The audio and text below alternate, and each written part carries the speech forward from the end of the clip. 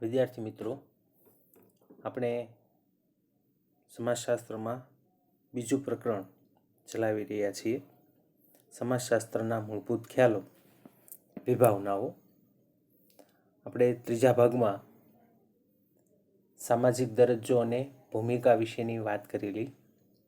સામાજિક દરજ્જાનો અર્થ, એની વ્યાખ્યા, સામાજિક દરજ્જાના પ્રકારો અને સામાજિક ધોરણના અર્થ સુધીની સમજૂતી આપણે ત્રીજા ભાગની અંદર મેળવેલી.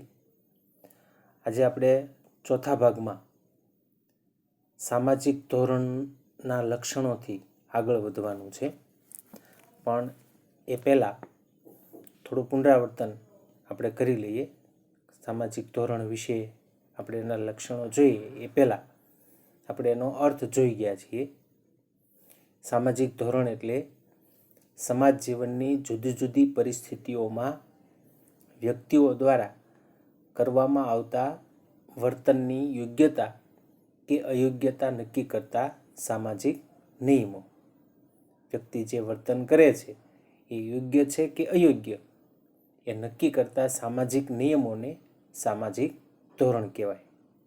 આપણે અગાઉ જોઈ ગયા છીએ કે સમાજના વ્યક્તિ જો આ ધોરણનું પાલન કરે તો એને સમાજની અંદર યોગ્ય બદલો, માન, પ્રતિષ્ઠા આ બધું પ્રાપ્ત થાય છે. જ્યારે વ્યક્તિ સામાજિક ધોરણનો ભંગ કરે તો એ ભંગ બદલ શિક્ષા, દંડ, માનહાનિ થાય છે. દરેક સમાજમાં આવા જુદા જુદા સામાજિક ધોરણો હોય છે અને જો સમાજમાં ધોરણભંગ કરનાર વ્યક્તિઓનું પ્રમાણ વધે તો સમાજમાં અવ્યવસ્થા અને અંધાધૂંધી સર્જાય છે. તો આટલી વાત આપણે અગાઉ ત્રીજા ભાગમાં કરી ગયા છીએ. હવે સામાજિક ધોરણના લક્ષણો આપણે જોવાના છે.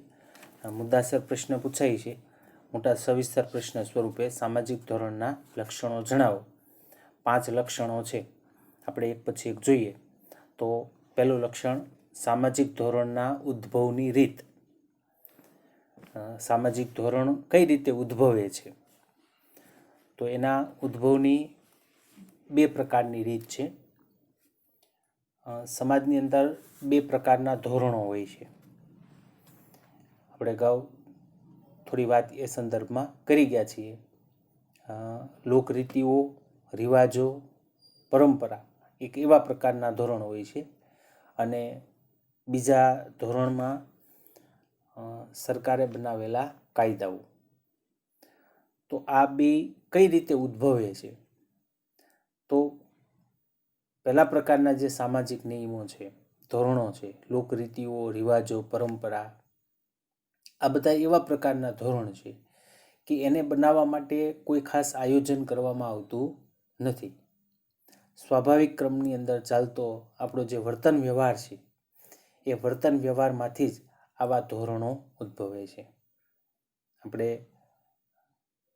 જેમ જેમ પેઢી દર પેઢી આગળ વધતા જઈએ એમ એમ આપણા વર્તન વ્યવહારમાંથી જ એવા કેટલાક રિવાજો ઊભા થાય છે, એવી કેટલીક લોકરીતિઓ ઊભી થાય છે, એવી કેટલીક પરંપરાઓ ઊભી થાય છે કે જેને પછીની પેઢીઓ પણ પછી એને પાળે છે.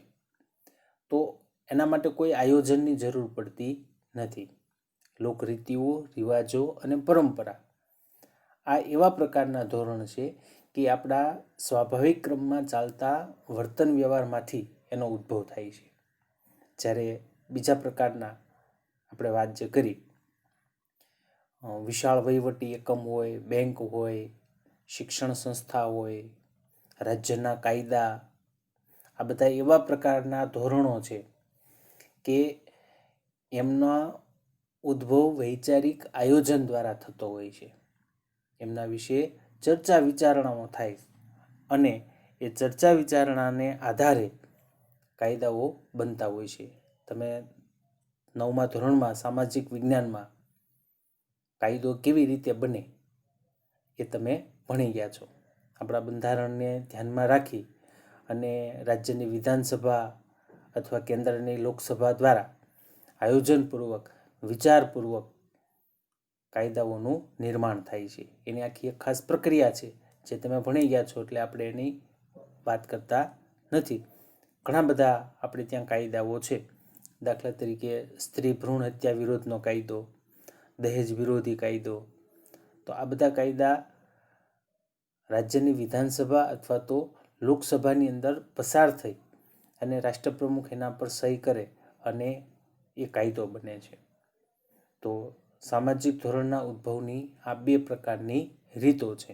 એક સ્વાભાવિક રીતે ધોરણો બને છે અને બીજું રાજ્ય દ્વારા કાયદાઓનું નિર્માણ થાય છે. બીજું લક્ષણ છે સામાજિકીકરણની પ્રક્રિયા દ્વારા શીખાય છે. આપણે સામાજિક ધોરણો કઈ રીતે શીખીએ છીએ? તો સામાજિક ધોરણ સામાજિકીકરણની પ્રક્રિયા દ્વારા શીખાય છે. સામાજિક ધોરણો છે એ આપણને જૈવિક રીતે વારસામાં આપોઆપ મળતા નથી, પણ વ્યક્તિ જે કુટુંબમાં જન્મે, એનો ઉછેર થાય, એની આસપાસના અન્ય વ્યક્તિઓ, મિત્રો, સામાજિક વાતાવરણ, આ બધા દ્વારા એનું સામાજિકીકરણ થાય છે અને એમને સામાજિક ધોરણો વિશેની માહિતી અને શિક્ષણ મળે છે અને એ દ્વારા એ શીખે છે. કુટુંબ, મિત્રો, પુરુષ જૂથ, શાળા, સંચાર માધ્યમો વ્યક્તિને ધોરણોની માહિતી અને એનું પાલન કઈ રીતે કરવું એ એને શીખવે છે. તો સામાજિકીકરણની પ્રક્રિયા દ્વારા આપણે ધોરણો શીખીએ છીએ. કેવું વર્તન કરાય, કયું વર્તન યોગ્ય કહેવાય, કયું વર્તન અયોગ્ય કહેવાય, એ આપણે સામાજિકીકરણની પ્રક્રિયા દ્વારા શીખીએ છીએ. દાખલા તરીકે બાળપણની અંદર રમત જૂથો દ્વારા રમતો રમાતી હોય છે. આપણે એમાં રમતો રમતા હોય છે. તો રમતોની અંદર નિયમ હોય છે અને એનું પાલન કરતાં કરતાં આપણે રમત રમતા હોઈએ છીએ. તો આ રમત રમતા રમતા નિયમોના પાલન દ્વારા ધોરણો છે એ આત્મસાત થાય છે. તો બીજું લક્ષણ સામાજિકીકરણની પ્રક્રિયા દ્વારા શીખાય છે.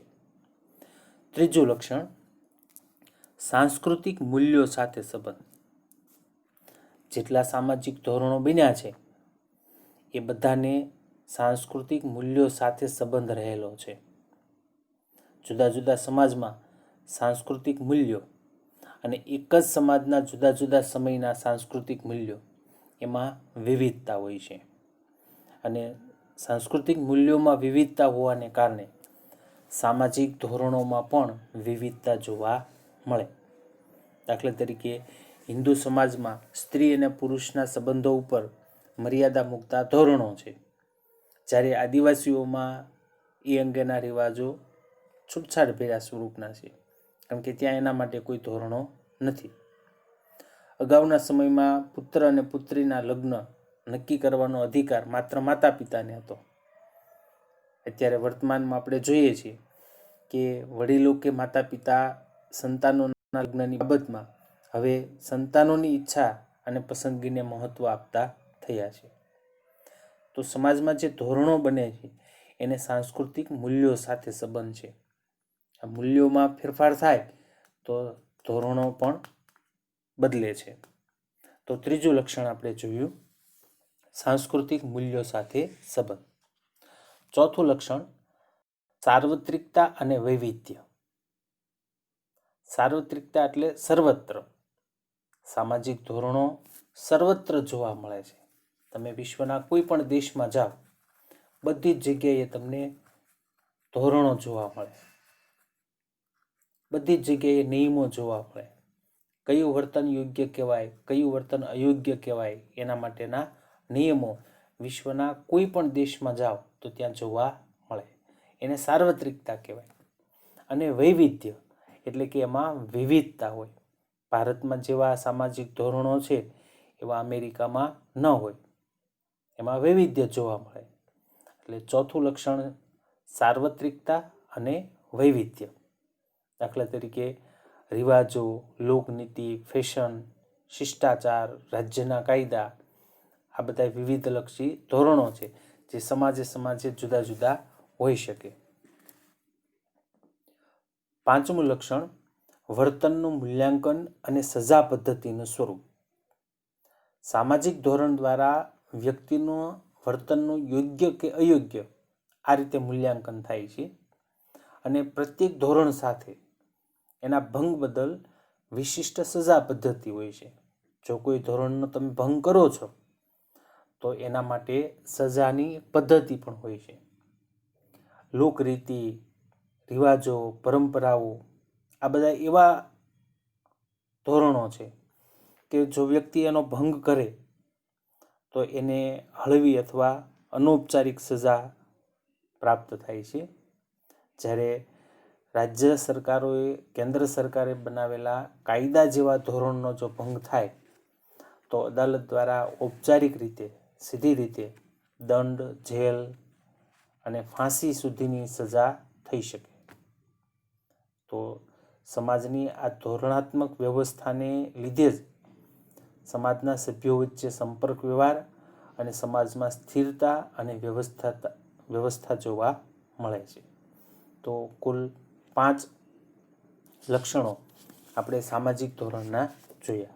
ફરી એકવાર આપણે મુખ્ય મુદ્દાઓને રિપીટ કરીએ તો સામાજિક ધોરણનું પહેલું લક્ષણ સામાજિક ધોરણના ઉદ્ભવની રીત. બીજું લક્ષણ સામાજિકીકરણની પ્રક્રિયા દ્વારા શીખાય છે.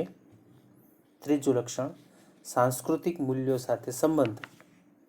ચોથું લક્ષણ સાર્વત્રિકતા અને વૈવિધ્ય. પાંચમું લક્ષણ વર્તનનું મૂલ્યાંકન અને સજા પદ્ધતિનું સ્વરૂપ. તો અહીંયા આપણે સામાજિક ધોરણો વિશેની વાત પૂરી કરીએ છીએ. આ પ્રકરણનો છેલ્લો મુદ્દો સામાજિક નિયંત્રણ. તો આપણે જોઈએ છીએ કે બધા જ માનવ સમાજો વધતા ઓછા અંશે ગતિશીલ અને પરિવર્તનશીલ છે. સમાજના જુદા જુદા ભાગમાં પરિવર્તન આવવા છતાં આપણે જોઈએ છીએ કે સમાજનું મૂળભૂત સ્વરૂપ લાંબા સમય સુધી ટકી રહે છે. સમાજ જીવનની જરૂરિયાતો અને સામાજિક સંબંધોની વ્યવસ્થા ત્યારે જ શક્ય બને જ્યારે સમાજના દરેક સભ્યો સમાજે સ્વીકારેલા ધોરણો પ્રમાણે પોતાનો વ્યવહાર વર્તન કરે અને એ માટે સમાજની અંદર સામાજિક નિયંત્રણની પદ્ધતિઓ જુદી જુદી હોય છે. આ પદ્ધતિઓને કારણે સામાજિક નિયંત્રણ થાય છે અને વ્યક્તિ ધોરણ અનુસાર વર્તન કરતો થાય છે. આપણે એની વ્યાખ્યા જોઈએ. મેકાઈવર અને પેજના મતે સામાજિક નિયંત્રણની વ્યાખ્યા સમગ્ર સમાજ વ્યવસ્થાને સંગઠિત રાખતી અને ટકાવી રાખતી રીત એટલે સામાજિક નિયંત્રણ. બહુ સીધી સાદી અને ટૂંકી વ્યાખ્યા છે મેકાઈવર અને પેજ. સમગ્ર સમાજ વ્યવસ્થાને સંગઠિત રાખતી અને ટકાવી રાખતી રીત એટલે સામાજિક નિયંત્રણ. સામાજિક નિયંત્રણ ટીકા મશ્કરી સ્વરૂપથી શરૂ કરી અને દેહાત દંડ સુધી જોવા મળે છે. નિયંત્રણ કઈ રીતે થાય? એમાં દંડ અને સજા હોય. તો એક સામાન્ય સ્વરૂપે ટીકા અથવા મશ્કરીના સ્વરૂપથી દેહાત દંડ એટલે કે મૃત્યુદંડ સુધી સજા એમાં મળી શકે. બીજી એક ટૂંકી વ્યાખ્યા જોઈએ તો સમાજમાં સામાજિક ધોરણથી વિરુદ્ધના વર્તનને અટકાવતી રીતો કે સાધનો સામાજિક નિયંત્રણ દર્શાવે છે.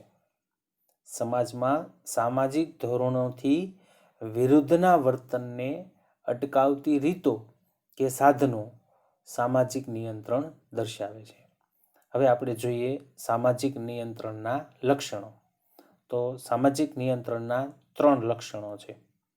પહેલું લક્ષણ સાર્વત્રિકતા. સામાજિક નિયંત્રણ વિશ્વના દરેક સમાજની અંદર જોવા મળે છે. એનું સાર્વત્રિકતાનું લક્ષણ થયું. માનવ સમાજમાં સાર્વત્રિકપણે સામાજિક નિયંત્રણ જોવા મળે છે. હા, એટલું ખરું કે નિયંત્રણના સાધનો અને પદ્ધતિઓ સમાજે અને સમયે જુદી હોય પણ સામાજિક નિયંત્રણ વગરનો સમાજ શક્ય નથી. સમાજ વ્યવસ્થાને જો ટકાવી રાખવી હોય તો નિયંત્રણ હોવું જરૂરી છે. સામાજિક નિયંત્રણ વગરનો સમાજ શક્ય નથી. એટલે વિશ્વના દરેક દેશોમાં સામાજિક નિયંત્રણ જોવા મળે છે. તો આ પહેલું લક્ષણ થયું સાર્વત્રિકતા. બીજું લક્ષણ સામાજિક નિયંત્રણ એક પ્રક્રિયા તરીકે. સામાજિક નિયંત્રણ સામાજિક આંતરક્રિયાનું પરિણામ છે. સામાજિકીકરણની પ્રક્રિયા દરમિયાન સમાજના ધોરણો વ્યક્તિને શીખવી એનું અંતરીકરણ કરવામાં આવે છે. આપણે અગાઉ જોઈ ગયા સામાજિક ધોરણના લક્ષણમાં કે સામાજિક ધોરણો સામાજિકીકરણ દ્વારા શીખવવામાં આવે છે. વ્યક્તિનું કુટુંબ, એનો મિત્ર વર્તુળ, પડોશી જૂથ, આ બધા દ્વારા વ્યક્તિની અંદર આ બધા ધોરણો એની અંદર ઉતરે છે. એટલે કે એ શીખે છે, આત્મસાત કરે છે. એને અંતરીકરણ થયું કહેવાય, જે પછી એ ક્યારેય ભૂલી શકે નહીં. એ રીતે સામાજિક નિયંત્રણ સામાજિક ધોરણો અનુસાર વ્યક્તિના વર્તનને ઘડતી પ્રક્રિયા છે. વ્યક્તિ સામાજિક ધોરણ શીખી જાય પછી એનું વર્તન કેવું હોય તો ધોરણને અનુરૂપ વર્તન હોય. તો એના આધારે વ્યક્તિનું વર્તન ઘડાય છે. એટલે કે સામાજિક નિયંત્રણ વ્યક્તિના વર્તનને ઘડતી એક પ્રક્રિયા છે. ત્રીજું અને છેલ્લું લક્ષણ વિવિધતા. પ્રત્યેક સમાજમાં નિયંત્રણની પદ્ધતિઓ જુદી જુદી હોય. તો નિયંત્રણની મુખ્ય બે પદ્ધતિઓ, એક વિશાળ સમુદાય હોય ત્યારે અને નાનો સમુદાય હોય ત્યારે. તો જ્યારે વિશાળ સમુદાય હોય ત્યારે નિયંત્રણની પદ્ધતિ મોટાભાગે ઔપચારિક હોય છે.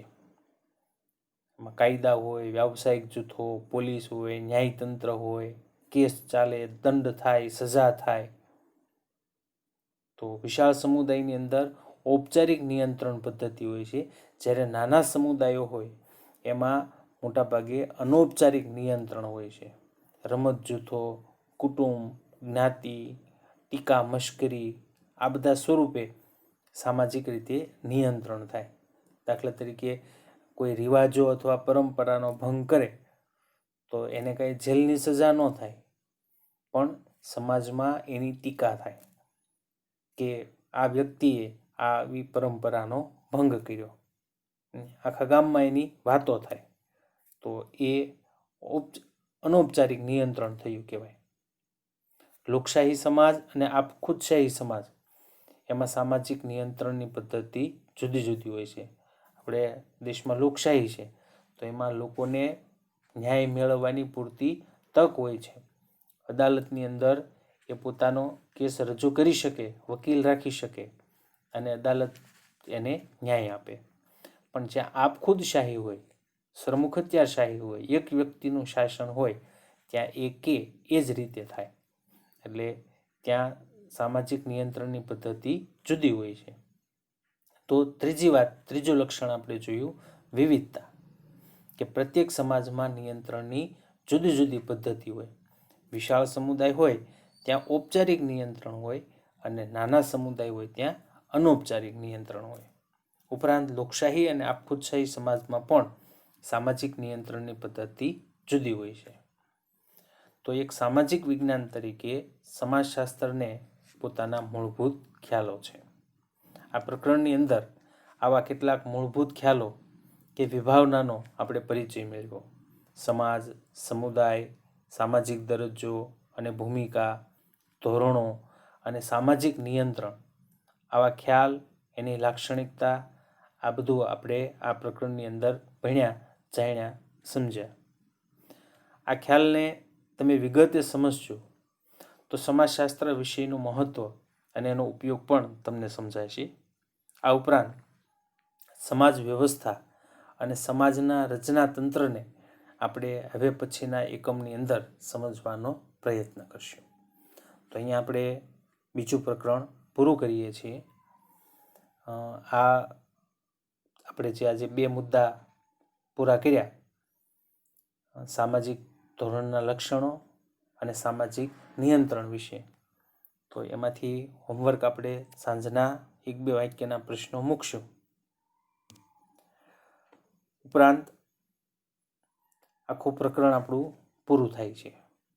એટલે આવતા અઠવાડિયે આપણે આ સમગ્ર પ્રકરણની 20 કે 25 માર્કની આપણે એક ઓનલાઈન ટેસ્ટ પણ લઈશું. આ ટેસ્ટમાં ઓનલાઈન હશે, એટલે એની એક લિંક હું તમને મૂકીશ અને એની અંદર માત્ર વિકલ્પવાળા પ્રશ્નો હશે. તમે લિંક ખોલશો એટલે સૌથી પહેલાં તમારે તમારું નામ લખવાનું રહેશે. નામ લખો પછી નીચે એક નેક્સ્ટ નામનું બટન હશે. એ નેક્સ્ટ બટન ઉપર ક્લિક કરશો એટલે તમારી સામે પ્રશ્નો ખુલી જશે. એમાં ક્રમસર પ્રશ્નો હશે, નીચે એના 4 વિકલ્પ હશે. જે સાચો જવાબ આવતો હોય એના ઉપર ટીક કરવાનું એટલે ત્યાં નિશાન થઈ જશે. અને પ્રશ્નો બધા જ પૂરા થઈ જાય પછી નીચે એક સબમિટ નામનું બટન હશે. એ સબમિટ ઉપર તમે ક્લિક કરશો એટલે એક બીજું પેજ ખુલશે અને એમાં વ્યૂ સ્કોર એવું લખેલું હશે. એ વ્યૂ સ્કોર ઉપર તમે પાછું ક્લિક કરશો એટલે તમને તમારું રિઝલ્ટ જાણવા મળશે કે તમારે કુલ પ્રશ્નો હતા એમાંથી કેટલા સાચા પડ્યા છે, કેટલા માર્ક તમારે આવ્યા છે. અને એની નીચેના ભાગમાં દરેક પ્રશ્ન અને એનો સાચો જવાબ પણ હશે. તમે આપેલો જવાબ પણ હશે અને જો એ ખોટો હશે તો સાચો જવાબ કયો છે એ એની નીચે આપેલો હશે. અને એમ છતાંય જો કાંઈ મુશ્કેલી થાય તો તમે પૂછી શકો છો, પણ એ આ અઠવાડિયામાં નહીં. આ અઠવાડિયામાં આજનું હોમવર્ક આપણે મૂકશું, એમાં તો માત્ર 1-2 વાક્યના પ્રશ્નો છે. આવતા અઠવાડિયે બીજા પ્રકરણનો આખો ઓડિયો પણ મૂકીશું અને સાંજે 5 વાગે ઓનલાઈન ટેસ્ટની લિંક મૂકી દઈશ, જે તમારે ટેસ્ટ એમાં આપવાની રહેશે. અને ટેસ્ટ અપાઈ જાય પછી વ્યૂ સ્કોર કરો એટલે તમારો સ્કોર આવશે. બની શકે જેમને ફાવે એમણે એનો એક સ્ક્રીનશોટ લઈ અને તમારા મને મોકલી આપવાનો રહેશે.